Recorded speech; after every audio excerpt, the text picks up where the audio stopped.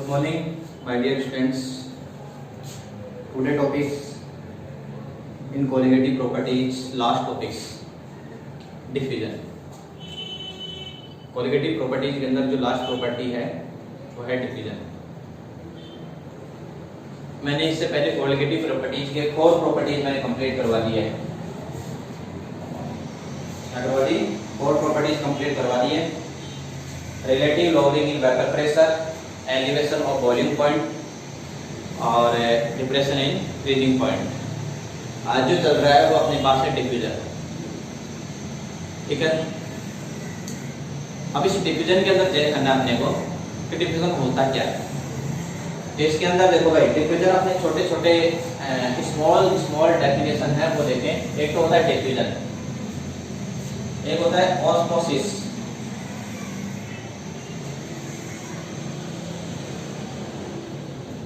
Osmosis एक होता है osmotic pressure.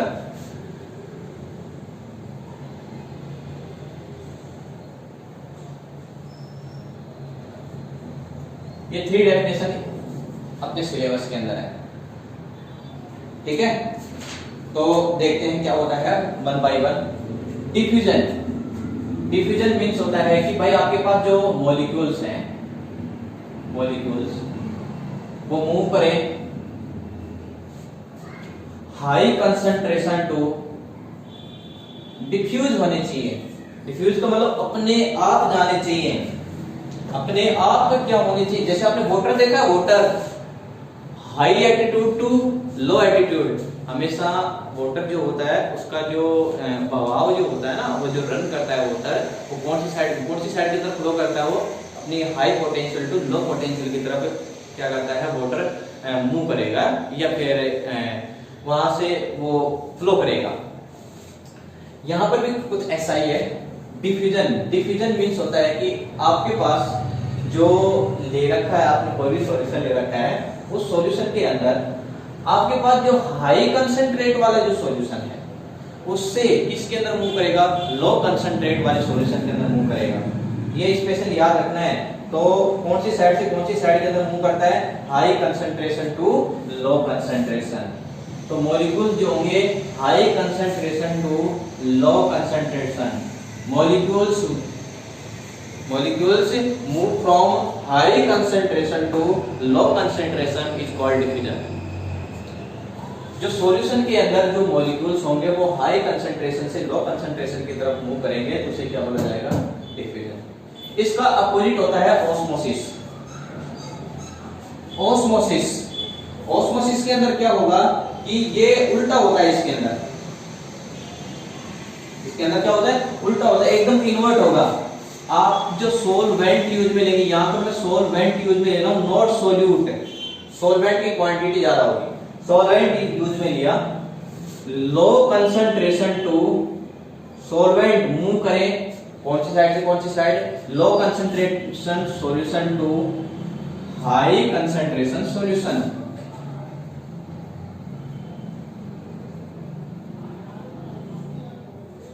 Low concentration solution to high concentration solution. Opposite है एकदम.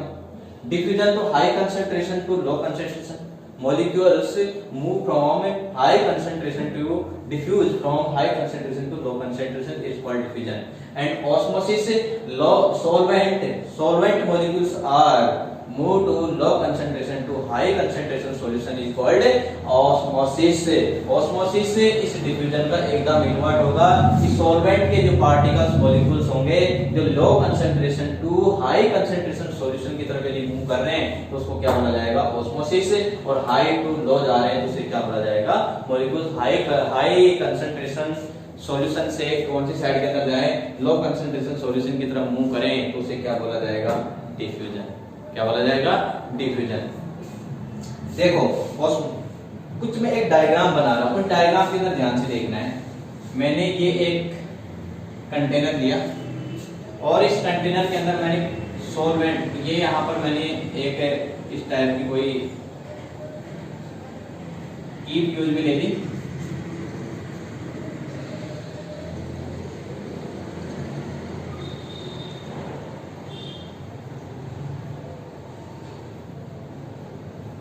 टाइप की मैंने कोई कीप यूज में ले ली, ठीक है, और इस कीप के अंदर मैंने शुगर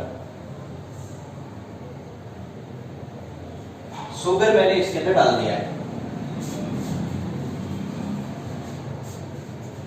ये मैंने कंटेनर लिया, ठीक है,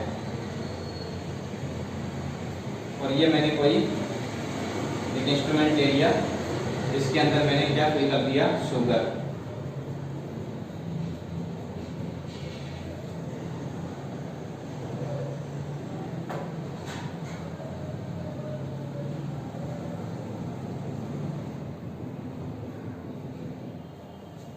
ठीक, ये तो अपने पास जो सॉल्यूशन है वो तो हो गया शुगर सॉल्यूशन।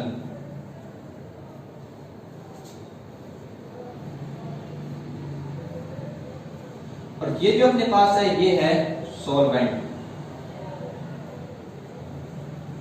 क्या है? सॉल्वेंट।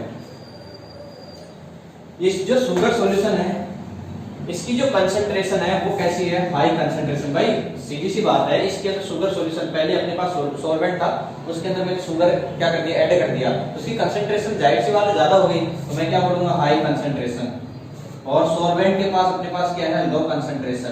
तो डिफिजन क्या होगा, सॉल्वेंट के पार्टिकल्स मूव करें कौन सी साइड में, कौन सी side, low concentration to high concentration. ये कंसंट्रेशन हाई है, यहाँ पर आपने शुगर सॉल्यूशन फिल कर रखा है, और इस साइड के अंदर ये बाकी का बचा हुआ पार्ट क्या है, सॉल्वेंट है। तो मैंने क्या देखा, मैंने जब इस एक्सपेरिमेंट किया तो एक्सपेरिमेंट करने के बाद में मेरे को ये दिखता है कि सॉल्वेंट के जो पार्टिकल्स हैं ये मूव कर रहे हैं कौन सी साइड से कौन सी side, low concentration to high concentration.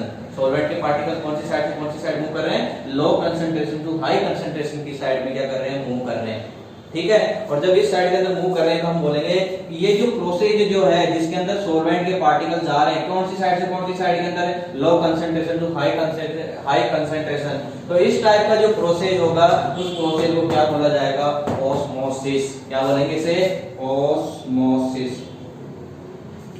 Osmosis, this process is osmosis. क्या बोलेंगे इसे, ऑस्मोसिस। याद रखेंगे। आगे एक, अब ये है ऑस्मोटिक प्रेशर, ये चीज अलग होती है। ऑस्मोटिक प्रेशर होती क्या है, देखो यहां पर मैं डायग्राम यूज में ले रहा हूं, और ये याद रखना है ये जो मेम्ब्रेन जो है, ये मेम्ब्रेन जो है ना, इसको बोला जाता है सेमी परमेबल मेम्ब्रेन, एसपीएम। इस मेम्ब्रेन को बोला जाता है एसपीएम, सेमी परमेबल मेम्ब्रेन, जो कि कॉपर फेरोसाइनाइड की होती है, COFeCl का होल 6। This is copper potassium ferrocyanide. ये जो SPM जो होती है किसकी बनी होती है, पोटेशियम फेरोसाइनाइड की। ये याद रखना है भाई, पोटेशियम फेरोसाइनाइड से ये जो आपके पास है ये मिलकर बनी होगी, ठीक है। अब सेम इसके अंदर मैं यूज में ले रहा हूं, ये आपके पास जो मेम्ब्रेन जो है ये किस टाइप की है, semi permeable membrane. This is SPM। SPM means semi permeable membrane.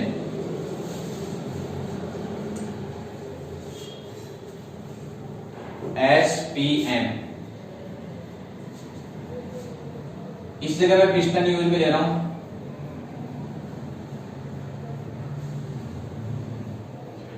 Piston.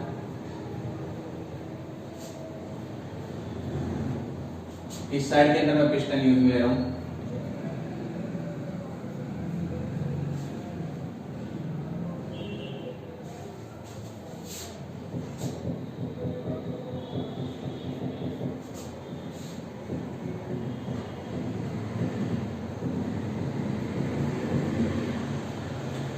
ये मैंने क्लियर कर दिया। इसको मैं मान लेता हूं कंपार्टमेंट ए और इसको कंपार्टमेंट बी। ये तो हो गया सॉल्वेंट और ये हो गया अपने पास solution.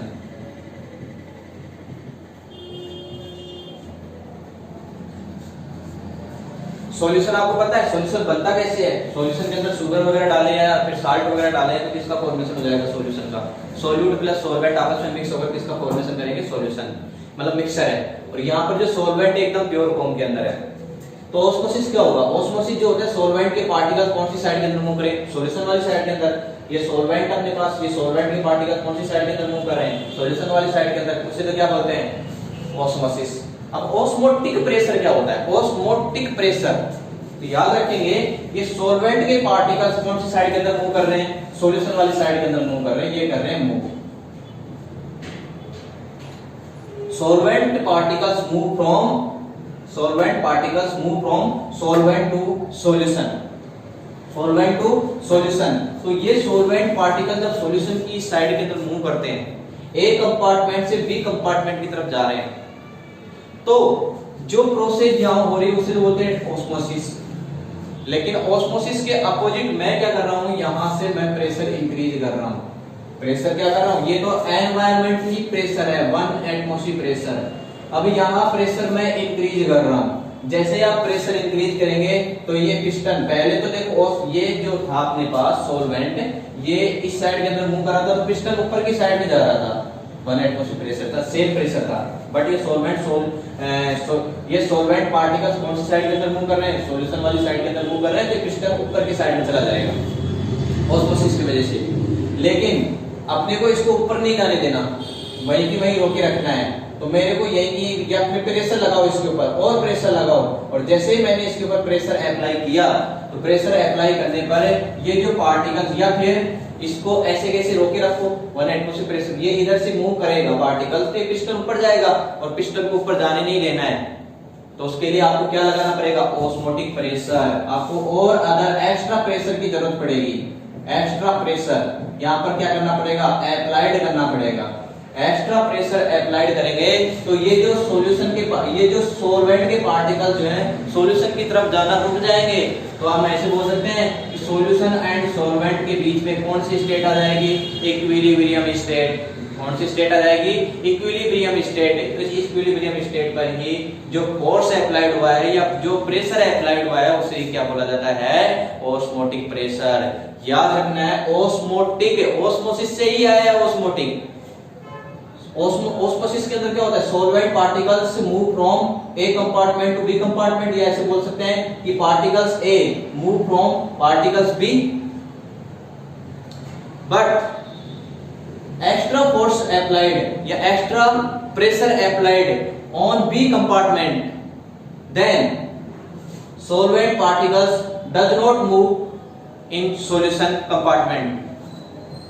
Then solvent and solution, between solvent and solution come in equilibrium state. ये याद रखना है भाई, solvent और solution जो मैंने लिया है, इस solution और solvent, solution मूव कर रहा है इस साइड के अंदर, तो ये ऊपर जाना चाहिए था, लेकिन अपने को तो भाई ऊपर जाने से रोकना है, तो उसके ऊपर मैंने एक्स्ट्रा अप्लाइड फोर्स लगाया। कौन से कंपार्टमेंट के अंदर? बी कंपार्टमेंट के अंदर। तो जो एक्स्ट्रा फोर्स आपने, एक्स्ट्रा प्रेशर जो आपने अप्लाई किया है, तो वो सॉल्वेंट के पार्टिकल सॉल्यूशन के अंदर मूव नहीं करेंगे। तो एक पोजीशन ऐसी आएगी कि सॉल्वेंट और सॉल्यूशन के दोनों के पार्टिकल्स क्या हो जाएंगे? इक्विलिब्रियम स्टेट क्या जाएंगे? इस इक्विलिब्रियम स्टेट के अंदर आ जाएंगे। इट मींस सॉल्वेंट के पार्टिकल्स सॉल्यूशन के अंदर नहीं जाएंगे, सॉल्यूशन के पार्टिकल्स सॉल्वेंट के अंदर नहीं जाएंगे। तो उसे बोला जाता है ऑस्मोटिक प्रेशर। जो आपने प्रेशर अप्लाइड किया है उसे क्या बोला जाएगा? ऑस्मोटिक प्रेशर, जो इक्विलिब्रियम स्टेट आ जाएगी इसके अंदर। एक होता है रिवर्स ऑस्मोटिक प्रेशर, ये याद रखना है। रिवर्स ऑस्मोटिक प्रेशर जो होता है, जो सी होते हैं, समुद्र जो होते हैं, उनके अंदर जो पानी होता है ना, बेकार पानी जिसके अंदर फ्लोराइड जो होता है, ये फ्लोराइड वगैरह जो होता है ना उसके अंदर, वाटर के अंदर, उस फ्लोराइड वगैरह को सही करने के लिए, और या उसके अंदर साल्ट होता है, साल्टी वाटर होता है, वो सी जो वाटर होता है वो सॉल्टी वाटर होता है, सोल्ट होता है उसके अंदर, वो साल्ट को रिमूव करने के लिए ऑस्मोटिक प्रेशर का यूज किया जाता है। ऑस्मोटिक प्रेशर का मींस ये होता है कि ये जो आपके पास सॉल्यूशन है, इस सॉल्यूशन वाली साइड के अंदर इतना प्रेशर अप्लाइड किया जाए, इस सॉल्यूशन वाली साइड के अंदर इतना एक्स्ट्रा प्रेशर अप्लाइड करते हैं, जिसकी वजह से सॉल्यूशन के जो पार्टिकल्स हैं ये कौन सी साइड के अंदर मूव करना स्टार्ट कर देते हैं? सॉल्वेंट वाली साइड के अंदर मूव करना स्टार्ट कर देते हैं, जिसे बोलते हैं रिवर ऑस्मोसिस। ऑस्मोसिस जो हो रहा था ना उसका रिवर्स हो गया। ऑस्मोसिस कौन सी साइड से कौन सी साइड होता है? Solvent to solution, but reverse osmosis solution to solvent, जिससे सी जो है, सी वाटर को एकदम प्यूरिफिकेशन करने के लिए, सी वाटर जो होता है उसका प्यूरिफिकेशन के लिए यूज में लिया जाता है। कौन सा? River osmosis. सी वाटर का, sea water purification of sea water के लिए यूज में लेंगे, वो कौन सा लेंगे? Reverse osmosis. ये ऑस्मोटिक प्रेशर है, रिवर ऑस्मोटिक अलग होगा, जो मैंने बता दिया है कंप्लीट। ये अपना कंप्लीट हो गया, एक्सपेरिमेंट भी कंप्लीट हो गया। अब जो ये आपने जो ऑस्मोटिक प्रेशर अप्लाइड किया है, इसको क्या बोलते हैं? एक्स्ट्रा जो प्रेशर आपने अप्लाइड किया है उसको बोलते हैं osmotic pressure. Osmotic pressure, osmotic pressure को रिप्रेजेंट किया जाता है पाई। किससे रिप्रेजेंट करते हैं? पाई से रिप्रेजेंट करेंगे। तो ये एक्स्ट्रा जो आपने प्रेशर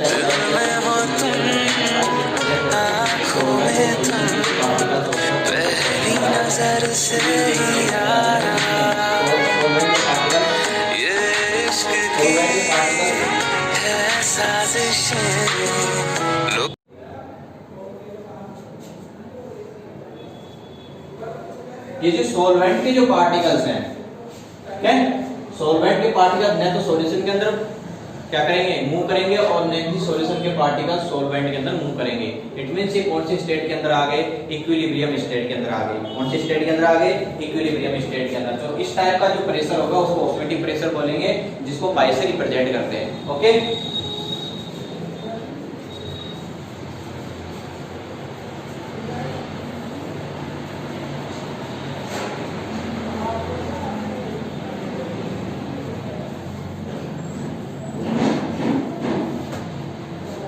नेक्स्ट आप टॉपिक देखें, रूल्स ऑफ ऑस्मोटिक प्रेशर। वैसे कोई रूल और काम नहीं आने वाला अपना। ऑस्मोटिक प्रेशर, ऑस्मोटिक प्रेशर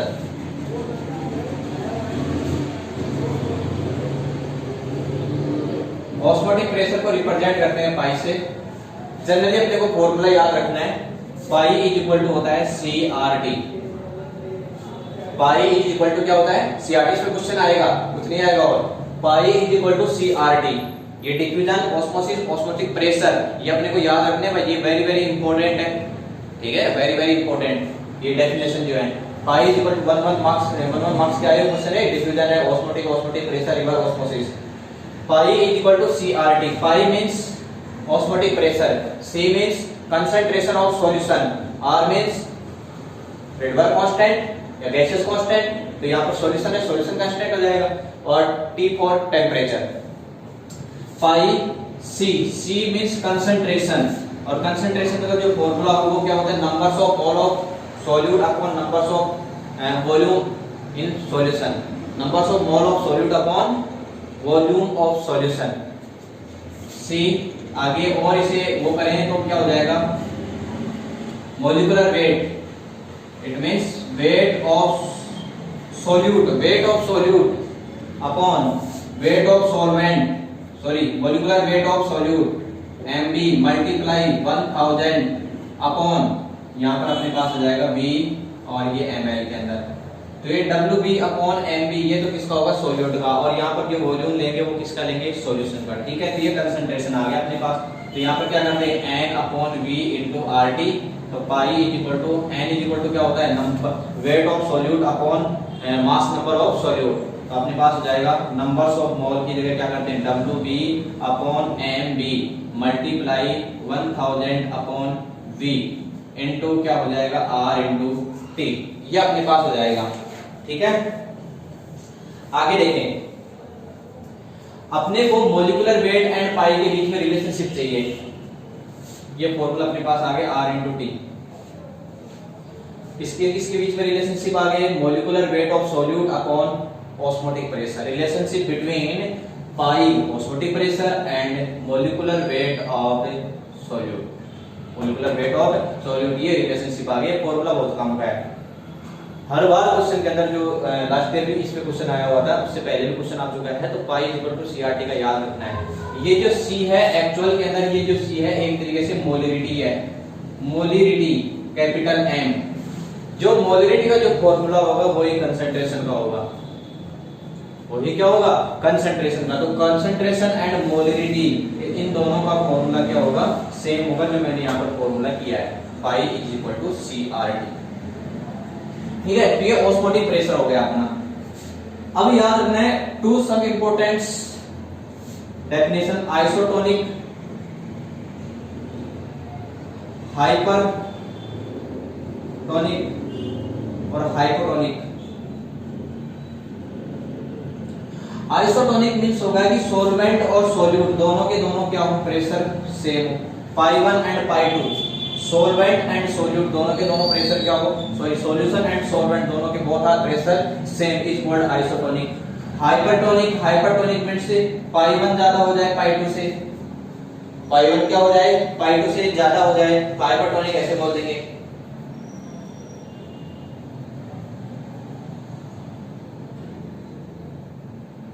अपने पास दो सॉल्यूशन है, टोटल कितने सॉल्यूशन है, 2 सॉल्यूशन। मान लेते हैं अपने पास एक तो सॉल्यूशन ये आ गया A और एक सॉल्यूशन हो गया B।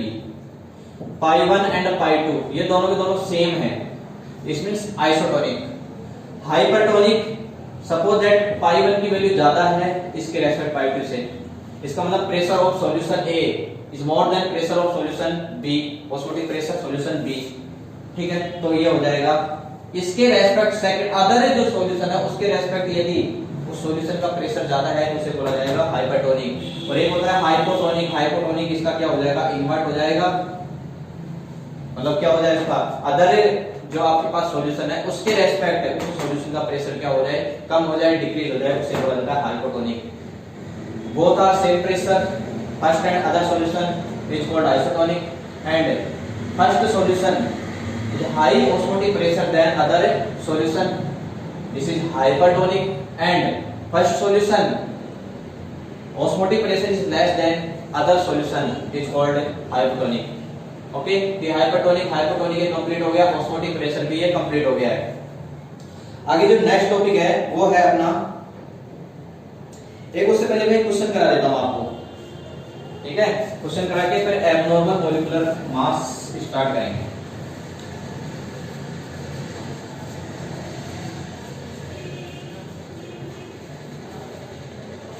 So look it, very important question। Isotonic के लिए क्वेश्चन है, सो मैं रिपीट कर रहा हूं, आप बुक यदि आपके पास बुक है तो हाइपोटोनिक सॉल्यूशन के जस्ट बाद में क्वेश्चन है, वहां से आप चेक करेंगे और मैं कर रहा हूं। 4% urea solution is isotonic to 4% urea solution, कौन सा 4% urea solution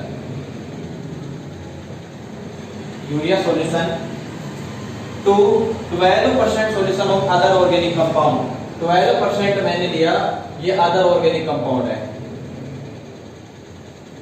other organic compound, right. Other organic compound A, calculate the molecular mass of compound A। इसे कंपाउंड A का अपने को क्या चाहिए, मॉलिक्यूलर मास चाहिए। ये तो देखो भाई 4% ऑफ यूरिया सॉल्यूशन है, 12% ऑफ अदर ऑर्गेनिक कंपाउंड, ये दोनों के दोनों क्या है, आइसोटोनिक है। आइसोटोनिक मींस ये दोनों इक्वल हैं, ओके। और आगे बोला है कि compound the molecular mass of compound A, calculate the molecular mass, molecular mass अपने को इस एक कंपाउंड का मॉलिक्यूलर मास हमें क्या करना है, फाइंड आउट करना है। क्या करना है, फाइंड आउट करना है। बहुत ही सिंपल सा क्वेश्चन है, लगा दो। आपको पता है आइसोटोनिक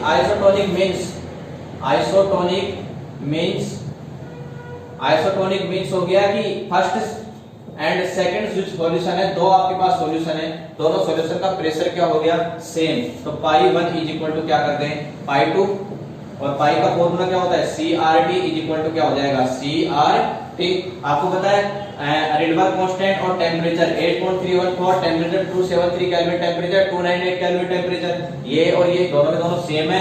RT से RT तो क्या हो जाएगा, कैंसिल। लेकिन यहाँ पर कंसंट्रेशन डिफरेंट है, यहाँ पर 4% है, यहाँ पर 12% है।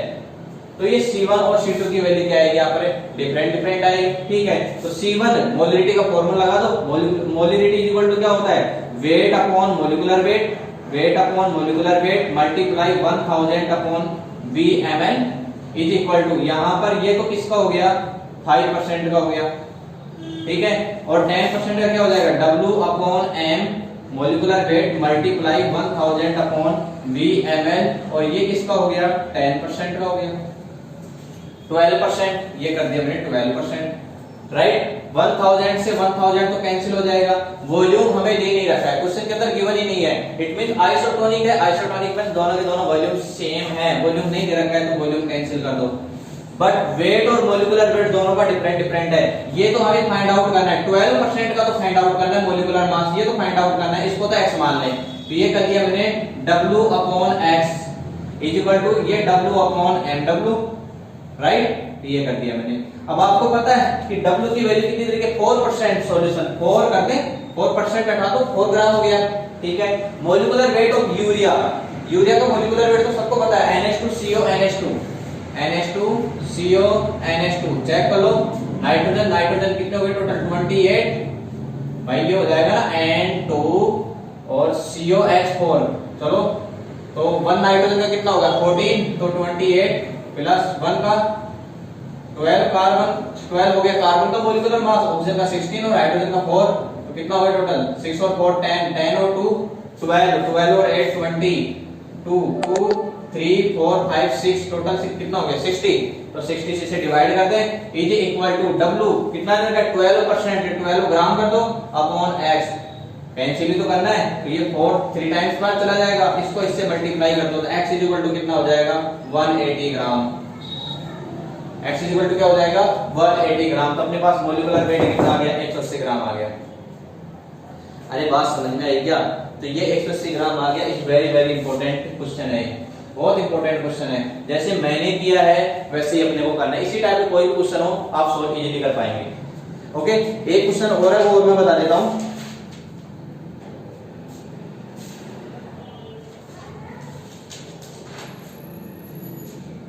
हाँ,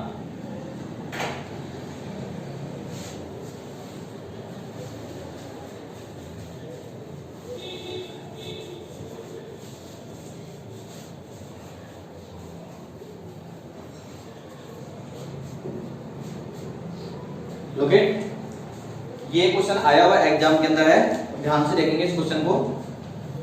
डिप्रेसिंग, ये इसका है फ्रीजिंग पॉइंट वाला क्वेश्चन है, ठीक है ना। Freezing point, depression in freezing point, उसके अंदर आपको मिलेगा। तो मैं बोल रहा हूं the depression in freezing point found to be 0.68 kelvin on dissolving 25.6 gram sulphur. देखो भाई, अपने को टेम्परेचर दे रखा है किसका, फ्रीजिंग पॉइंट।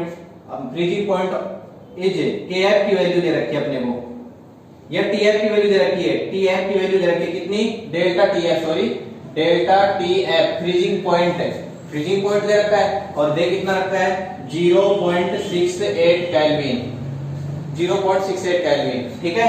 आगे बोला ऑन डिसॉल्विंग 25.6 ग्राम सल्फर, किसके अंदर डिसॉल्विंग है 25.6 ग्राम सल्फर। तो मैं यहां पर कर देता हूं सल्फर, ये सल्फर ले लिया मैंने, और सल्फर का जो अपने पास जो होगा सोलवेंट होगा या सोल्यूट होगा, कितना दे रखा 25.6, तो यहां पर सोल्यूट हो जाएगा भाई, सोल्यूट सल्फर मिला रहे हैं वो, है ना। तो कितना ग्राम, कितने ग्राम 25.6 ग्राम सल्फर, ठीक है। आगे रखा इन 1000 ग्राम नेपथेलीन, किसके अंदर है 1000 ग्राम नेपथेलीन, तो WA ये सोल्यूट है, और कितना दे रखा है 1000 ग्राम नेपथेलीन के अंदर। इसको क्या कर रहे हैं, नेपथेलीन को N से रिप्रेजेंट कर दिया, उसके अंदर आप मिक्स कर रहे हैं। Determine the molecular formula of sulphur, अपने को मोलिकुलर फॉर्मूला ऑफ सल्फर का चाहिए। Sulphur means solute, solute means B, ये अपने को क्या करना है फाइंड आउट करना है, ठीक है। बहुत ही सिंपल सा क्वेश्चन हो गया ये तो। क्या क्या करना अपने को, फॉर्मूला लगा दो डेल्टा TF, ये तो गिवन है क्वेश्चन के अंदर, ठीक है। तो delta TF is equal to क्या होता है KF इनटू मोलिलिटी, और KF पे अपने को क्वेश्चन के अंदर गिवन होता है, KF की वैल्यू दे रखी है नेपथेलीन के लिए 6.8, कितनी दे रखी है 6.8। चलो इस क्वेश्चन को सॉल्व करो। Delta TF is equal to KF into molality, KF की value 6.8 multiply molality, molality is equal to क्या होता है WB अपॉन MB, ये फॉर्मूला अपने को पता होना चाहिए, 1000 अपॉन WA, ये मोलिलिटी का फॉर्मूला है। Numbers of weight of solute upon weight, molecular weight of solute या mass number of solute multiply 1000 upon weight of solvent, okay. 6.8 multiply weight of solute, जो मिनिमम क्वांटिटी के अंदर होगा वो यहां आ जाएगा। मिनिमम क्वांटिटी इन दोनों के अंदर कौन सा ये है, तो 25.6 upon molecular weight of sulphur, यहाँ पर सोल्यूट है सल्फर, और सल्फर का जो मोलिकुलर वेट होगा वो हमें फाइंड आउट करना है, क्या करना है, फाइंड आउट करना है। ये x ले लिया, okay, multiply 1000 upon WA, WA कितना है 1000 ग्राम। डेल्टा TF की वैल्यू कितनी देखिए 0.68, ये कर दिया मैंने 0.68, ये तो कैंसिल हो गया, ओके। पॉइंट हटाओ 10 लगा दो, इसमें पॉइंट हटाओ और कितना लगा दो 100 लगा दो, ये तो इससे कैंसिल हो गया, ठीक है। और इसका पॉइंट लगाएंगे तो यहाँ पर भी क्या आ जाएगा 10 आ जाएगा, तो ये तो कितना हो गया 100 से कैंसिल हो जाएगा। तो अपने पास x इक्वल टू कितना आ गया 256 ग्राम आ गया, 256 ग्राम। अब इसने पूछा है कि सल्फर जो है उसका मॉलिक्यूलर फॉर्मूला डिटरमाइन करना है। तो सल्फर का मास नंबर कितना होता है 32, सल्फर का मास नंबर क्या है 32, तो मॉलिक्यूलर फॉर्मूला डिटरमाइन करना है। तो जो आपके पास जो x की वैल्यू आई है उसे 32 से क्या करते हैं डिवाइड करते हैं। x की वैल्यू कितनी है 256, उसमें 32 से डिवाइड कर देंगे तो आपके पास क्या आ जाएगा 8। तो आपको पता है कि सल्फर का जो मॉलिक्यूलर फॉर्मूला आ गया वो क्या आ गया S8। तो सल्फर कौन सी फॉर्म के अंदर है, यहाँ पर S8 की फॉर्म के अंदर है। I am right. ये क्वेश्चन सोल्व हो गए, दोनों के दोनों क्वेश्चन की वेरी वेरी इंपॉर्टेंट। और बाकी abnormal molecular mass last topic बचा है इस चैप्टर का, और कुछ छोटे छोटे पॉइंट्स है, सॉल्युबिलिटी बची हुई है और हेनरी लॉस बचा हुआ है, ठीक है। ये 2 टॉपिक बचे हुए हैं जो अगले नेक्स्ट लेक्चर के अंदर कंप्लीट हो जाएंगे, ओके। बाकी आप क्वेश्चन सोल्व कर सकते हैं। Thank you.